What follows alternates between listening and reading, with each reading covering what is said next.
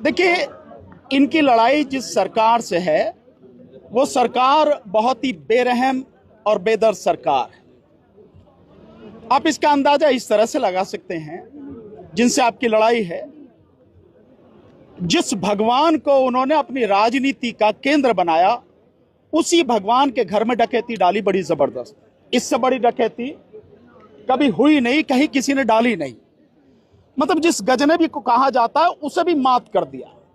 42 दिन में 70 बार डकैती अपने ही भगवान के घर में डाली और अभी भी उसे बचाने की कोशिश की जा रही है। और मुख्य रूप से मोदी के खिलाफ, मोहन भागवत के खिलाफ और योगी आदित्यनाथ के खिलाफ एफआईआर होनी चाहिए थी, लेकिन अभी कुछ नहीं है, कहीं भी कुछ नहीं है। तो आपका मुकाबला, इन लोगों का मुकाबला उस सरकार से है। तो लड़ाई आपकी कठिन है, बेरहम और बेदर्द सरकार से आपकी लड़ाई है। इसीलिए वो सारी बातें जो भी है इनके विषय में नहीं पूछ रहे हैं। और जो 750 किसानों के शहीद होने के बाद भी देश का प्रधानमंत्री 2 शब्द नहीं निकाल सकता, तो इन्हें तो अभी 1 हफ्ता ही हुआ है शायद भूख हड़ताल के लिए।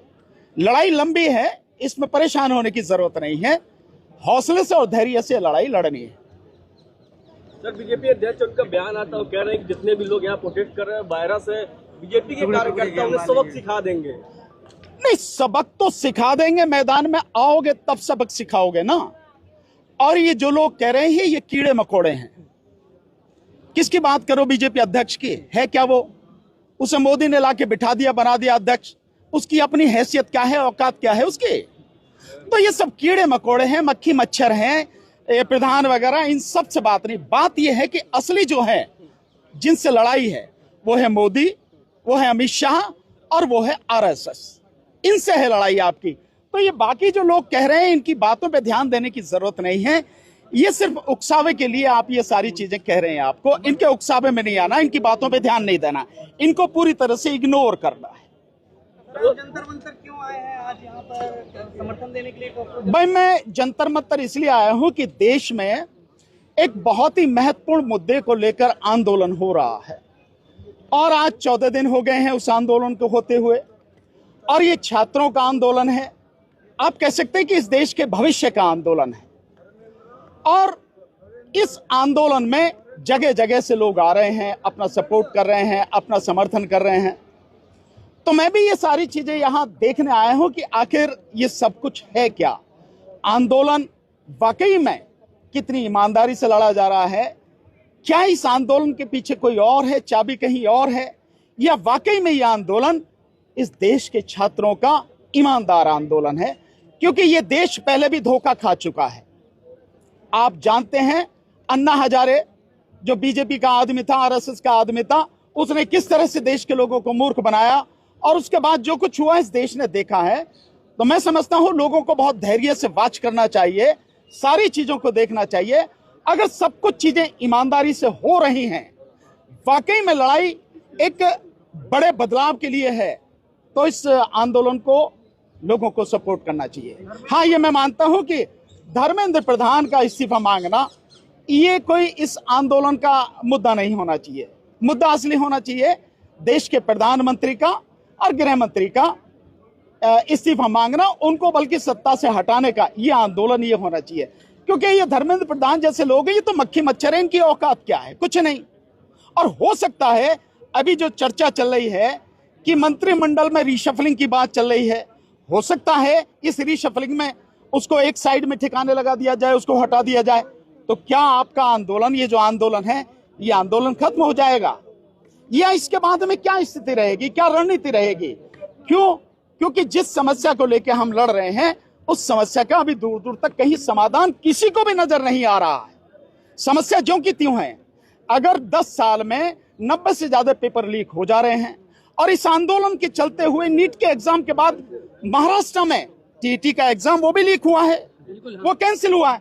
तो समस्या कितनी गंभीर है आप इसको समझ सकते हैं। हर व्यक्ति को इसे समझने की जरूरत है।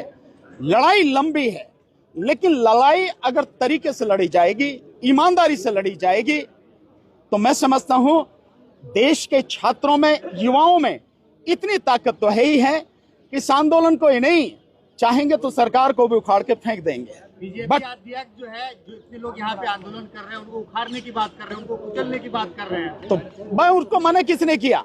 सरकार तेरी है भाई, पुलिस तेरी है, फौज तेरे पास में, उखाड़ देना इनको। काहे को इन्हें लगा के टैंक रखे बैठा? यहां से उखाड़ा भी तो था पहले।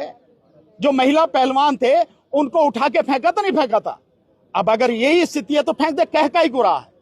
ये जो कह रहे हैं ये लोगों को उकसाने की कार्रवाई कर रहे हैं कि आप किसी तरह से उकसावे में आ जाएं, आप भड़क जाएं, कोई गलत कदम उठा दें, कोई इलीगल कदम उठा दें और उसका लाभ लेकर इस आंदोलन को खत्म कर दें। ये इस तरह की कार्रवाई। जो कार्यकर्ता है वो इनका इलाज करेंगे, और यहाँ पे ऐसा हुआ भी है कि कुछ जो है राइट विंग के लोग आकर के यहाँ पे जो मारपीट भी किया है।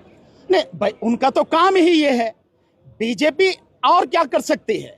आप देख रहे हैं कि महुआ मोइत्रा, उनको घेर कर अगर उन पर अंडे फेंके जाते हैं, उनको मारने का प्रयास किया जाता है, तो गुंडे इससे ज्यादा और क्या काम करेंगे भाई? सो वो जो कह रहे हैं कि हमारे वो काम करेंगे, इसका मतलब साफ है कि गुंडों की फौज इकट्ठी है। वो आरएसएस के रूप में हो, वो बीजेपी के रूप में हो, वो बजरंग दल के रूप में हो, या किसी भी रूप में हो, यही काम वो करते हैं। तो इसी काम को करने की धमकी दे रहे हैं। पर मैं ये कह रहा हूं कि धमकी काहे को दे रहे हो यार? करो ना। अगर तुम यही करना चाह रहे हो तो करो। देश ये भी देख लेगा कि एक सरकार जो देश में अपने आप को सबका साथ, सबका विकास, सबका विश्वास की बात करती है, वो किस तरह से गुंडों को भेजकर एक शांतिपूर्वक चलते हुए जेन्युइन आंदोलन को खत्म करना चाह रही है। करें वो ये सब, क्या दिक्कत है? तो कह रहे शुक्र मनाओ कि अंडा ही फेंका है। भैया हम कहां शुक्र मना रहे? हम तो कुछ भी नहीं मना रहे। अंडा फेंका है, पत्थर तुम फेंकते हो, गोलियां तुम चलाते हो, इसमें कहां की बात है? ये तो सब कुछ तुम लोग करते हो भाई, ये उनका काम है सारा सब कुछ। लेकिन ये डराने की कार्रवाई है, और ये बातें कह के आपको भी डराने की कार्रवाई है। यहां जो आंदोलन कर रहे हैं, मैं समझता हूं आंदोलनकारी व्यक्ति को डरना नहीं चाहिए। ये जंतर मंतर, ये पीछे जो आपका ये संसद मार्ग है, हमने कम से कम अपनी जिंदगी में पिछले 30-35 साल में 200-250 आंदोलन तो किए होंगे। ईवीएम के आंदोलन मैंने ही यहां से जो है कम से कम 5 बार किए हैं, राष्ट्रपति को ज्ञापन दिया है, लगातार आंदोलन किए हैं। तो इनसे घबराता कौन है, डरता कौन है? डरना चाहिए नहीं, लड़ना है। अगर मैदान में उतर गए हैं तो पूरी मजबूती के साथ, पूरे साहस के साथ, चाहे जो भी हो, लड़ना है। फिर पीछे नहीं हटना। देश को इतने मजबूत प्रधानमंत्री मिले हैं शेर जैसे, तो विरोध करना है क्या है? शेर जैसा? अबे उससे ज्यादा तो कायर प्रधानमंत्री नहीं है, व्यक्ति नहीं है जिसकी बात कर रहे हो। उसकी ट्रंप के सामने बोलती बंद है। मोदी इस देश में गुलामों का गुलाम है। कैसे?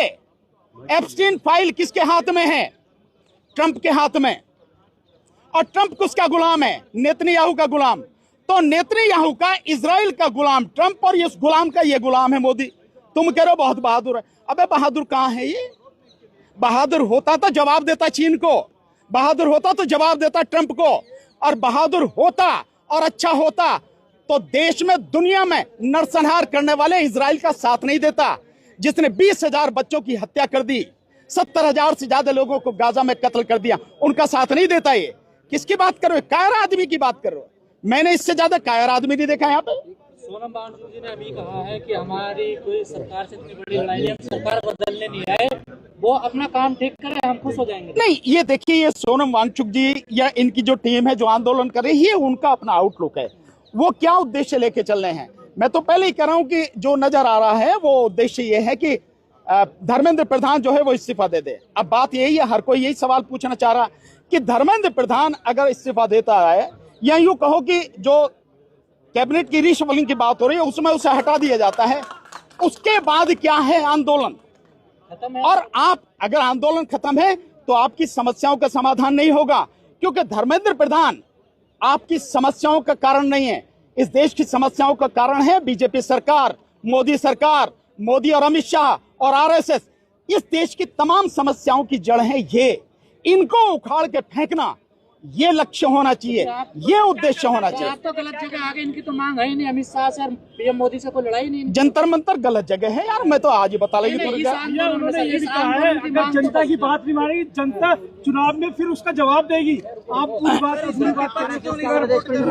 आप ये गलत दिशा में जा रही है भैया, आप लोग गलत दिशा में मत जाइए। मुद्दे का सवाल कीजिए सर है कि अगर जनता की बात नहीं सुनी तो जनता उसको चुनाव में जवाब देगी। देखिए, जहां तक चुनाव में देखिए जवाब देने वाली बात है, मैं आपको बताए दे रहा हूं, जो जितना बड़ा पहलवान हो वो बन ले, चुनाव में वही जीतेगा जिसे मोदी जितावेगा।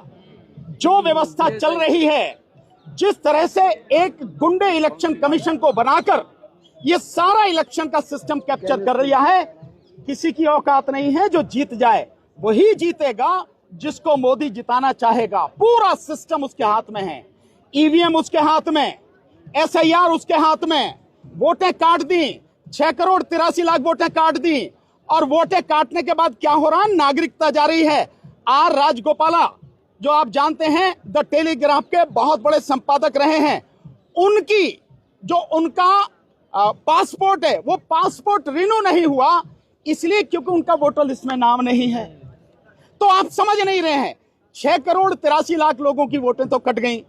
और जिस तरह से पार्टियों को तोड़ा जा रहा है, जिस तरह से लोकसभा में और राज्यसभा में 2/3 बहुमत बनाने के लिए सरकार बढ़ रही है, इस देश के संविधान को खत्म करने की सारी कवायद हो रही है। आप इनकी बात कर रहे हो, आप अभी आप समझ के बाहर हैं आपके जो ये सब लड़ाई लड़ रहे हैं। इस देश का जो चुनाव का सिस्टम है, जब तक ये सिस्टम नहीं सुधरेगा, ये इलेक्शन कमीशन जो है इसको अरेस्ट करके देशद्रोह में गिरफ्तार करके जेल नहीं भेजा जाएगा, और इस देश में ईवीएम से नहीं बैलेट पेपर से चुनाव नहीं होगा, तब तक आप मोदी को नहीं हरा सकते। ये सपने देखना बंद करो, भूल जाओ, किसी के बस के नहीं। मोदी जी सर चुप है। अरे उसे क्या जरूरत है बोलने की, भाई उसे बोलने की क्या जरूरत है, वो चुप है। अमित शाह काम कर रहा है, और अशोक प्रधान या जो भी ये धर्मेंद्र प्रधान या कोई भी, इनकी कोई औकात नहीं है। ये आपको भड़काने की कोशिश करें, इनसे कोई फर्क नहीं पड़ता है। भैया, अगर मोदी को अगर इंसान का जरूरत होता, जो आपने देखा यहाँ पे, क्या कहेंगे लोग, मैसेज क्या देंगे? नहीं, मैं देखिए जो देख रहा हूं, जो मैंने देखा है, लोगों की, विशेषकर यूथ की बहुत ज्यादा जरूरत है। मैं जहां तक मैं समझ रहा हूं, देखिए एक हफ्ते में कॉकरोच जनता पार्टी के 2,22,00,000 फॉलोअर हो गए इंस्टाग्राम पर, और जिस पिटीशन को साइन किया उसमें भी 8 लाख लोगों ने साइन किया। लेकिन यहां पर जो उनकी उपस्थिति होनी चाहिए वो उपस्थिति अभी नहीं है। कारण क्या है मैं नहीं जानता, लेकिन वो उपस्थिति यहां होनी चाहिए, उससे ज्यादा उपस्थिति होनी चाहिए। न केवल यूथ की, बल्कि उनके जो पेरेंट्स हैं, हालांकि आ रहे हैं लोग, पर और भी बड़ी मात्रा में लोगों के आने की जरूरत है। और मैं मानता हूं कि जो कार्यकारिणी है, यहाँ के जो साथी हैं, उनको भिन्न भिन्न पार्टियां जो हैं, भिन्न भिन्न संगठन जो हैं, उन सबको जोड़कर एक बड़ा आंदोलन करने की जरूरत है। विपक्ष ने साथ में रहना चाहिए इन लोगों के साथ। हड़ताल पर बुलाना चाहिए। क्या ये रिस्क नहीं ले रहे हैं कि ये मोदी सरकार को? नहीं, रिस्क तो है, बिल्कुल है, क्योंकि मोदी जैसे लोगों के लिए लोग उनकी आंखों के सामने मर जाएं, उन्हें कोई फर्क नहीं पड़ता। ये हम सब लोग इस सारी चीजों को देख सकते हैं। भाई उस आदमी से क्या उम्मीद कर रहे हो आप, जो गाजा में 70,000 लोगों की नृशंस हत्या करने वाले नेतन्याहू का साथ दे रहे हैं, उससे गले मिल रहा, उसे जाके कह रहा पूरी सपोर्ट करेगा भारत।